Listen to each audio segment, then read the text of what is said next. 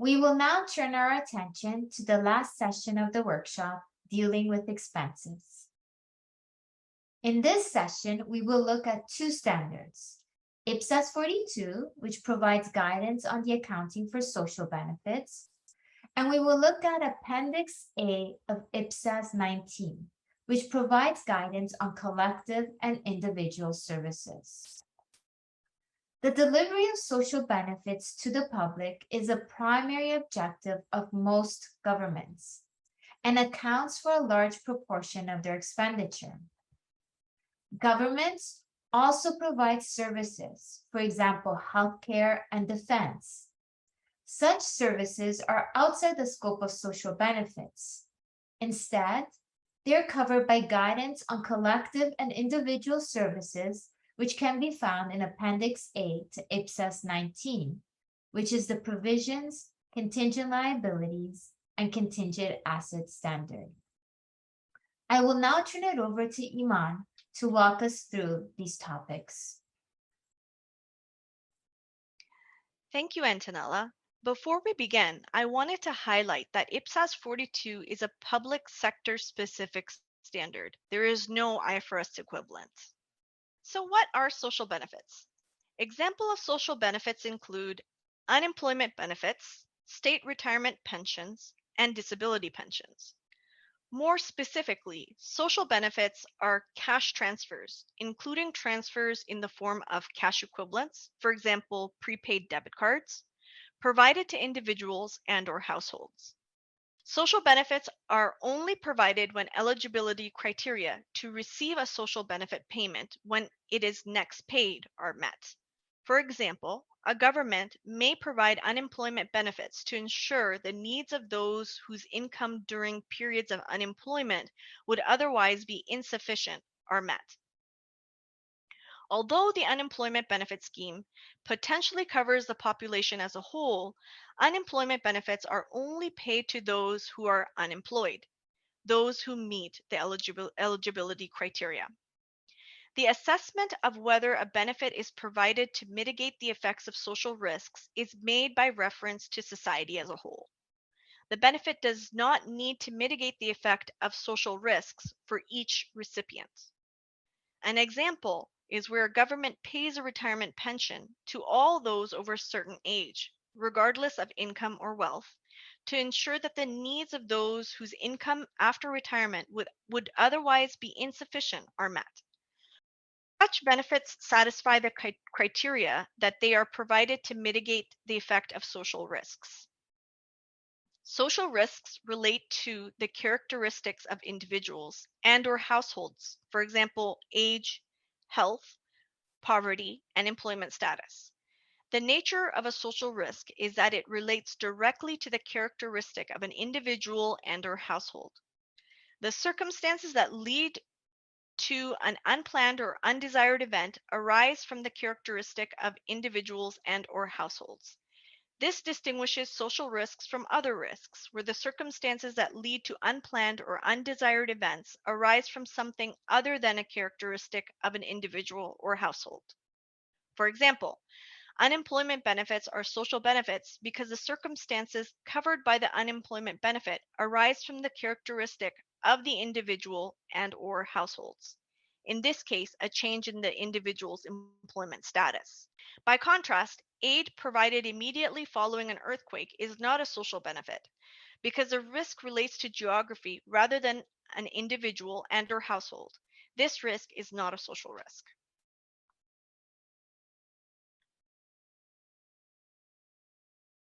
IPSAS 42 permits two approaches to accounting for social benefits. The general approach is expected to apply to most social benefits, and for many governments will be the only approach they use. The insurance approach is an optional approach, and IPSAS 42 only permits its use when specified criteria are met. Because entities will generally apply the general approach, this presentation focuses on this approach. The general approach includes a single recognition point for all social benefits and follows the principles in the conceptual framework for recognizing a liability. The key factor in determining when a liability for a social benefit arises is identifying the past event. Under the general approach, the past event that gives rise to a liability is the satisfaction by the beneficiary of all eligibility criteria for the provision of the next social benefit. The satisfaction of eligibility criteria for each social benefit is a separate past event. Iman, before you continue, I wanted to ask, you mentioned eligibility criteria. What is an example of an eligibility criterion? That's a good question. So, being alive at the point at which the eligibility criteria are required to be satisfied may be an eligibility criteria itself, whether explicitly stated or implicit. This depends on the characteristics of each individual social benefit scheme. Other ongoing eligibility criteria may be relevant for some social benefit schemes. For example, many unemployment benefits are only payable when the individual remains resident in the jurisdiction. Residence is the ongoing eligibility criteria. Thank you, Iman. And can we look at some social benefit recognition examples to help us further understand? Absolutely. The recognition examples are examples of when a beneficiary must first satisfy all the eligibility criteria for the provision of the next social benefit. To continue to receive the social benefit, beneficiaries would need to continue to satisfy the eligibility criteria. Some social benefits include a waiting period as part of the eligibility criteria. For example, some unemployment benefits are paid after an individual has been unemployed for a set amount of time, say 14 days. Where there is this type of waiting period, the eligibility criteria are only satisfied once the individual has been unemployed for that specified period. I see. Thank you, Iman. Now that you have covered recognition, can you walk us through the measurement of these expenses? Sure, let's look at when expenses are recognized and when liabilities are recognized when it comes to social benefits. When it comes to measurement of expenses, the entity recognizes an expense for a social benefit scheme measured at the amount of the next payment following satisfaction of the eligibility criteria. Discounting of the expenses will not be required for most social benefits because the next payment will usually be made within 12 months. Where the entity makes a social benefit payment prior to all the eligibility criteria for the next payment being satisfied, it measures the payment in advance, or expense is recognized when the payment is irrecoverable at the amount of the cash transferred. When we talk about the measurement of liabilities, under IPSAS 42, the liability for a social benefit scheme is measured at the best estimate of the cost that the entity will incur in fulfilling the present obligations represented by the liability. In this context, costs mean the social benefit payments to be made. For example, the cash transfers. The costs do not include other elements such as administrative costs and bank charges. Because the satisfaction of eligibility criteria for these social benefit payments is a separate past event, the liability is for the next payment only. Consequently, liabilities in respect of social benefits will usually be short-term liabilities. As a result, an entity will often know the amounts involved without needing to make estimates. Similarly, because liabilities in respect of social benefits will usually be short-term liabilities, discounting will not be required for most social benefits. Where a liability has yet to be settled, the liability is reviewed at each reporting date and adjusted to reflect the current estimate of the social benefit payment required to fulfill the liability. As with all other transactions, there are disclosure requirements related to social benefits. Some of these requirements are listed on the slide and include characteristics of social benefits, demographics, economic and other external factors that influence the level of expenditure, the total expenditure related to social benefit schemes, and a description of any significant amendments to the social benefit schemes, amongst other requirements. Thank you, Iman, for taking us through IPSAS 42, Social Benefits. Now we will take a look at collective and individual services. Over to you, Iman. Thank you, Antonella. Let me provide a bit of background first. When IPSAS 19 provisions, contingent liabilities, and contingent assets was first issued, provisions and contingent liabilities arising from social benefits were excluded from the scope of the standard. IPSAS 42, Social Benefits, amended IPSAS 19 to bring within the scope of IPSAS 19 collective and individual services. A key issue addressed by the amendment to IPSAS 19 is whether a provision arises in respect to those transactions. Let's take a closer look at collective services, shall we? The provision of a collective service to one individual does not reduce the amount available to other individuals. There is no rivalry in the consumption of collective services. Consumption of collective services is usually passive and does not require the explicit agreement or active participation of those benefiting from the service. Thank you, Iman. And can you provide some examples of a collective service?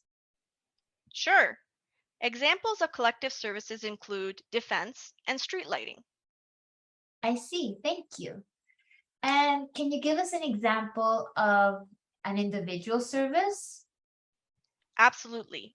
Examples of individual services include universal healthcare and education. The provision of an individual service to one individual may reduce the amount available to other individuals or may delay the receipt of those services by some individuals. Consumption of individual services requires the explicit agreement or active participation of those benefiting from the services. Goods or services provided by a public sector entity on commercial terms do not address the needs of society as a whole and therefore do not satisfy the definition of individual services. This slide provides a quick summary of what we discussed. The key point to note is that social benefits involve a cash transfer, whereas collective and individual services involve the provision of services. Thank you, Iman. So now that we've talked, or now that we've looked at what collective and individual services are, can you walk us through how collective services and individual services are accounted? Sure. The key point here is that collective and individual services are considered to be ongoing activities of the public sector entity that delivers the services. Paragraph 26 of IPSAS 19 states that no provision is recognized for costs that need to be incurred to continue an entity's ongoing activities in the future. Consequently, no provision is recognized for the intention to deliver collective services or individual services in the future. Expenses are recognized as the services are delivered in accordance with other IPSAS. In delivering collective services, a public sector entity acquires resources and incurs expenses through contractual and other binding arrangements. Examples include salaries paid to defense staff, the electricity used in delivering street lighting, the acquisition of non-current assets used in delivering those services, and the purchases of collective services from a third-party provider.